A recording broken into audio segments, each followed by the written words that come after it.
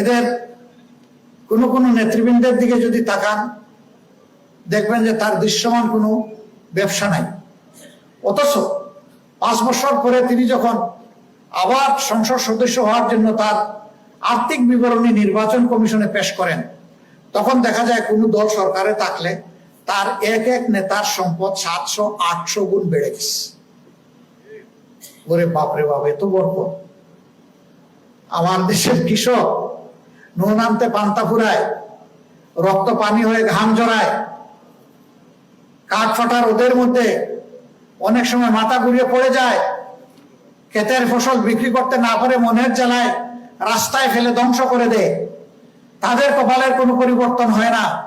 আর ওই এসির নিচে থাকা লোকগুলো যারা জনগণকে সুন্দর সুন্দর মিষ্টি মিষ্টি কথা বলে একেবারেই মিথ্যা আশ্বাস দিয়ে তাদের ভোট নিয়ে বসে আছে ক্ষমতায়, তাদের কপাল পাল্টে গিয়ে এক একটা চান কপালি হয়ে যায়।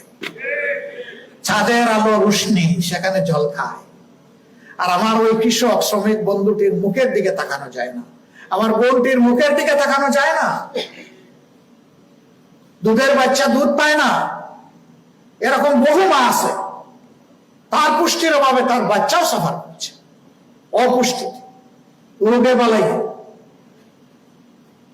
না, জামাতে ইসলামী এই রাজনীতির বিশ্বাস করে না, এই রাজনীতিকে জামাতে ইসলামী ঘৃণা করে। আমরা নির্বাচনের আগে বলেছিলাম যে নির্বাচন করার পরে আমরা যদি সরকার গঠনের সুযোগ পাই, জনগণের তহবিলের উপরে আমাদের হাত পড়বে না, আমাদের ন্যায্য যতটুকু পাওনা তার বাইরে নয়। আর যে সমস্ত ক্ষেত্রে আমরা ত্যাগ স্বীকার করতে পারবো তাও আমরা করবো। আমরা অগ্রিম ঘোষণা দিয়েছিলাম যে আমরা ট্যাক্স ফ্রি গাড়ি কোনো এমপি বা মন্ত্রী নিবে না। সরকার গঠন না করলে এমপি হলে এমপিরা নেবে না, গঠন করলে মন্ত্রী এবং এমপিরা নেবে না। স্বল্প মূল্যে সরকারি দামি প্লট নেবে না।